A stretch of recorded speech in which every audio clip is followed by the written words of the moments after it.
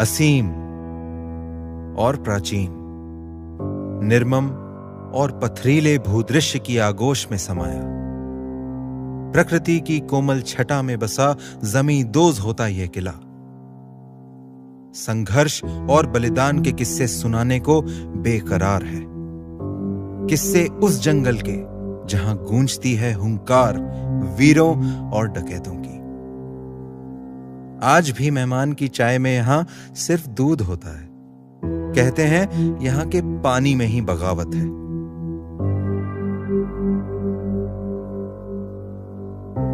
सींचा हुआ बागी डकैतों को पनाह देने वाला यह जंगल आज जानवरों का स्वर्ग है।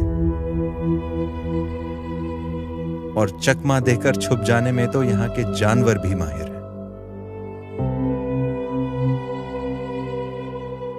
यह कहानी है विंध्याचल की शान कूनों की।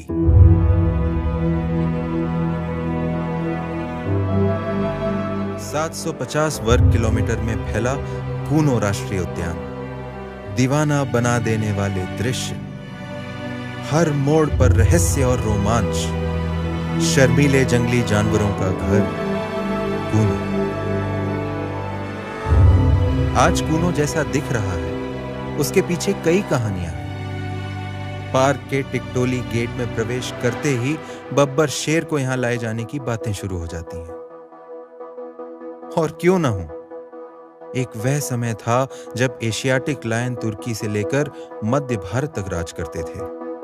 पर बदलते समय के साथ इंसानों की बस्ती बढ़ती चली गई और बब्बर शेर का साम्राज्य केवल गुजरात के गिर में सिमट कर रह गया। और एक दिन ऐसा आया जब 20 से भी कम शेर गिने जा सके। जूनागढ़ नवाब ने फौरन शिकार पर पाबंदी लगा दी और फिर साल दर साल इनकी आबादी बढ़ने लगी। मगर आज समस्या कुछ और ही है। अब इन्हें सबसे बड़ा खतरा खुद से है। आज जितने भी लायन गिर में हैं, सब उन्हीं 18 से 20 बचे हुए शेरों के वंशज हैं। इससे कई तरह की जेनेटिक बीमारी होने का खतरा है।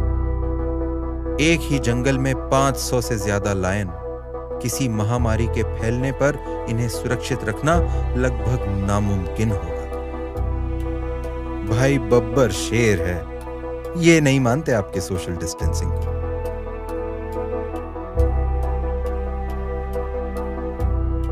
वाइल्ड लाइफ के जानकार इस बात पर तो एकमत थे। गिर के बब्बर शेरों को अब जल्द ही एक नए घर की जरूरत थी। तो 1991 में wild life institute of India ने एक अध्ययन शुरू किया और कई जंगलों के आकलन के बाद मध्य प्रदेश के Kuno Palpur wild life sanctuary को सबसे माकूल पाया गया। यहां का मौसम और माहौल दोनों ही काफी कुछ सासन गिर जैसा था। शेर को नया घर देना था, उसके पुराने घर जैसा होना तो जरूरी था ना। और जनाब, लायन लाने की बात कोई नई थोड़ी है। 1920 के आसपास महाराजा माधवराव सिंधिया प्रथम पूरे लाव लश्कर के साथ अफ्रीका से कुछ लायन यहां ले आए थे।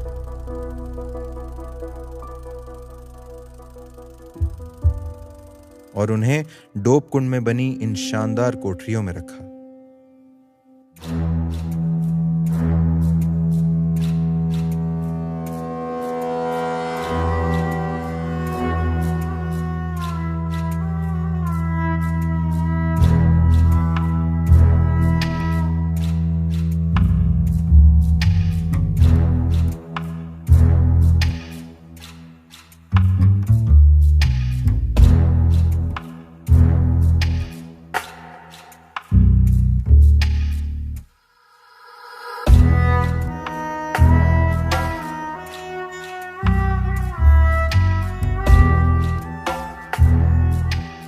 उनका सपना था इन्हें खुले जंगल में छोड़े ताकि इस भूदृश्य में बब्बर शेर की आबादी को दोबारा स्थापित किया जा सके। हालांकि ऐसा हो नहीं पाया, पर मानना पड़ेगा, महाराजा सिंधिया की सोच समय से बहुत आगे थी। डोप कुंड के पास रहने वालों की माने तो आज भी रात में इस खाई में बब्बर शेर की दहाड़ गूंजती सुनी जा सकती है। दिमाग तो इस कहानी को नहीं मानता, पर दिल है कि मानता नहीं।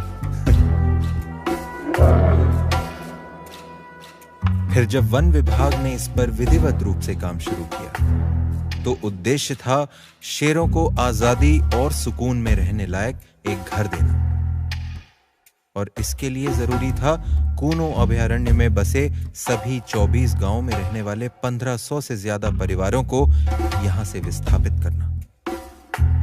गांव वालों की भलाई और सुरक्षा भी इसी में थी। क्या है ना, मिस्टर एंड मिसेस सिंह को शांत माहौल में रहना पसंद है। यहां रहने वाले सहरिया और बाकी समुदाय के लोगों ने सिंहों के लिए विस्थापन के कठिन रास्ते को खुशी खुशी अपना लिया। वैसे भी बाहरी दुनिया से कटकर जंगल में रहना आसान नहीं था। नदी के आसपास की जमीन उपजाऊ तो थी, पर दूसरी तरफ यह चट्टानें डकैतों को भी पनाह देती थी।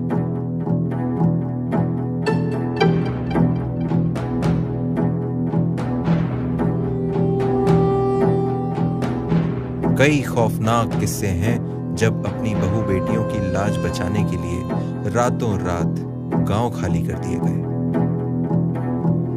कूनो पालपुर से पलायन कर लेना सभी के लिए फायदे का सौदा साबित हुआ। विस्थापन का इतना बड़ा प्रोजेक्ट पालपुर राजा श्री जगमोहन सिंह के समर्थन के बिना संभव नहीं था। आखिर गांव वालों को उन पर अटूट भरोसा था। राजा, प्रजा और शासन के मिले जुले प्रयासों से सभी 24 गांवों को 1998 से 2003 के बीच कूनो से बाहर अगरा ग्राम में विस्थापित कर दिया गया। धीरे धीरे इन छोटे छोटे गांव और टोलों से आए लोगों ने अगरा को केंद्र बनाकर आसपास की जगहों में अपना घर दोबारा बसा लिया। सहरिया समुदाय के लोग वैसे काफी सादगी से रहना पसंद करते हैं और एक ही बड़े गांव को केंद्र बनाकर यहां सिंचाई और बिजली की व्यवस्था करने में वन विभाग भी ज्यादा कुशलता से काम कर पाया। रिलोकेशन के बाद सरकार की मदद से आदिवासियों ने कूनो संघर्ष समिति का गठन किया, जो कि आज भी लोगों और सरकार के बीच सेतु का काम करती है। आज पलटकर जंगल की तरफ देखें तो गांव के कुछ निशान बाकी हैं,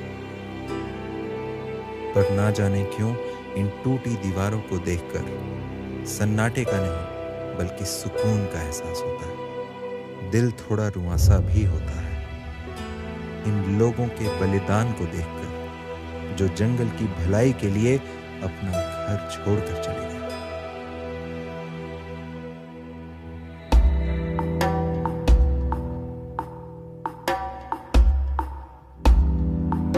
और भी बहुत कुछ है जो पीछे छूट गया और इतिहास का हिस्सा बन गया। जैसे 500 वर्षों का इतिहास खुद में समाये पालपुर गढ़ी। कूनो नदी के किनारे बना यह किला कभी चंद्रवंशी राजा बल बहादुर सिंह की राजधानी था। उन्होंने यहां लगभग 1666 में अपना साम्राज्य स्थापित किया। कई लड़ाइयां देखी हैं इन दीवारों ने। सूर्यास्त के समय किले का नजारा तो देखते ही बनता है।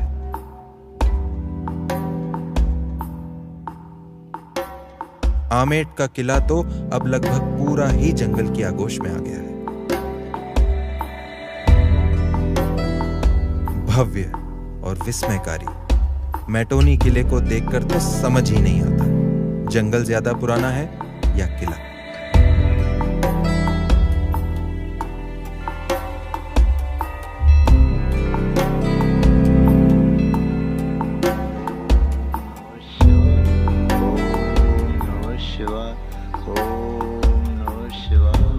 इस क्षेत्र की लोक कथा और संस्कृति को आज भी धोरेट बाबा सिद्ध स्थली और बाबा रन सिंह के दरबार ने जीवित रखा है।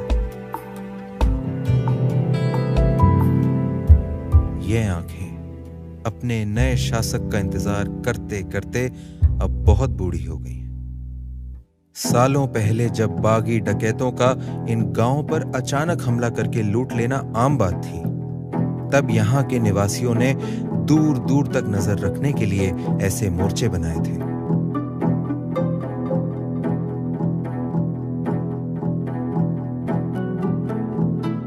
चौबीस घंटे मोर्चे पर पहरेदार तैनात रहते और दुश्मन को दूर से ही आता देख रहवासियों को सचेत कर दिया जाता।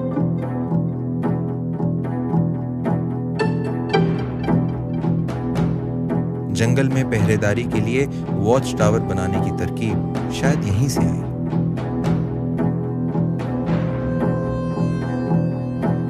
गहरी खाई के किनारे पर 5 मंजिला इमारत बराबर ऊंचाई पर चढ़कर जंगल पर नजर रखना कमजोर दिल वालों के बस की बात नहीं।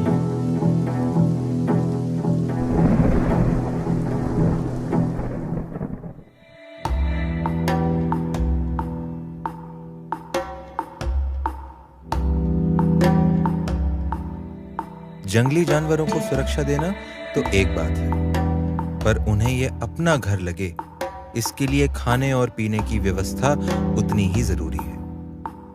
दुरैंडी की नर्सरी वही काम करती है, जहां शाकाहारी जानवरों के लिए आवश्यक विभिन्न प्रकार की घास प्रजातियों के रोपे तैयार किए जाते हैं। कूनों के जंगल में कूनो नदी ही जीवन का आधार है। बाकी के ज्यादातर नाले गर्मियां आते आते सूखने लगते हैं और नदी से थोड़ी ही दूरी पर पानी की कमी हो जाती है। इस समस्या का हल दिया कैर खोह ने। पूरे साल जमीन से निकलने वाली पानी की इस मोटी धार को केवल ग्रेविटी की मदद से 12 किलोमीटर लंबी पाइपलाइन के जरिए रास्ते में बने अलग अलग तालाबों तक पहुंचाया जा रहा है। कमाल है ना? अभी तक कूनों में बब्बर शेर तो नहीं आए, पर इस जंगल को लायन प्रोजेक्ट और इन सभी प्रयासों से काफी लाभ हुआ। इसमें वाइल्ड लाइफ और आदिवासी समुदाय के लोगों दोनों का फायदा हुआ।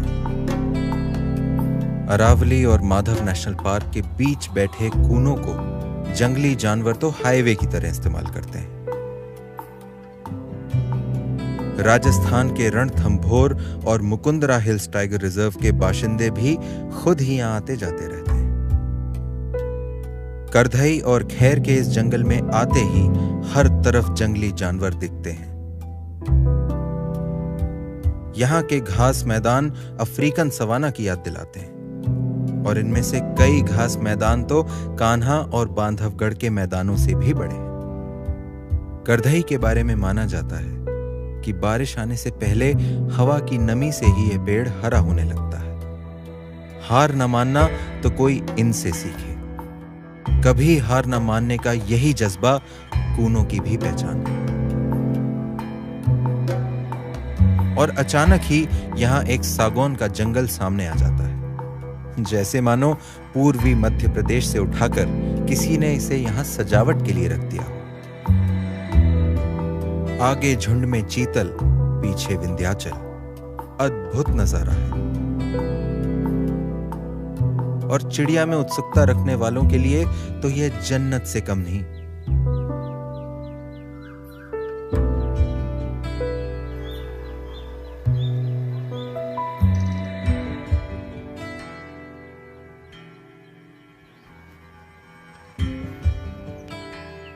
जरा दोस्ताना किस्म की है यहाँ की ड्रोंगो भी।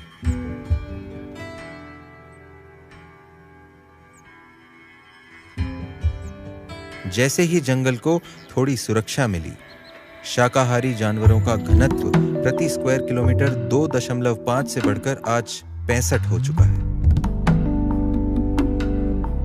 विश्वास नहीं होता कभी कभी मानव का कुछ ना करना भी जंगल के लिए क्या कुछ कर जाता है। शुरुआती दौर में 350 वर्ग किलोमीटर में फैला कूनों का जंगल एक पत्ते के आकार का था और कूनो नदी इसकी रीढ़ की हड्डी, जो इसे जीवन दान भी देती थी।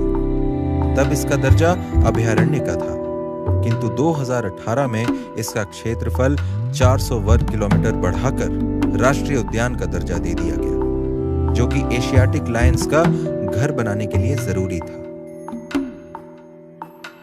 कूनो राष्ट्रीय उद्यान में टाइगर, लेपर्ड, बब्बर शेर एवं चीता, चारों बड़ी बिल्ली की प्रजातियां साथ रह सकती हैं, और ऐसा ऐतिहासिक तौर पर इस क्षेत्र में पहले रहा भी है। वह दौर अब गुजर गया जब पालपुर किले से यहां का शासन चला करता था। इसे अब जंगल ने पूरी तरह अपने कब्जे में ले लिया है, या यूं कहें कि जंगल ने इस किले को अपनाया और फिर जानवरों को तोहफे में दे दिया।